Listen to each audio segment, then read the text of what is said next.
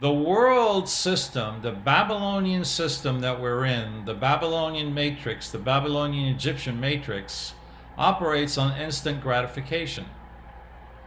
The kingdom of God, the kingdom of Yehovah, and Yeshua operates on 3-day maturation. So here's the wisdom. If you're facing a crisis, if you're facing a major question, the 3-day rule is the time needed for your nervous system and your spirit to move from panic or from the flesh to the kingdom, to the godly system, the strategy of the spirit.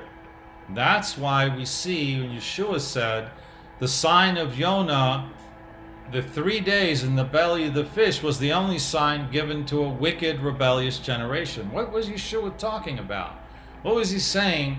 I'm not going to, when they asked him, when the Pharisees and the others asked him for a sign to prove that he was Messiah, he said, I'm not giving you any sign.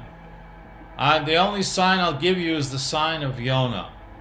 And that's the only sign, he said, I'm going to give to a wicked, rebellious generation. This is a diagnostic of authenticity. Anything that can survive 3 days in the belly of the whale, which is the place of darkness, the place of pressure, the place of destruction, and emerge alive, is a kingdom work.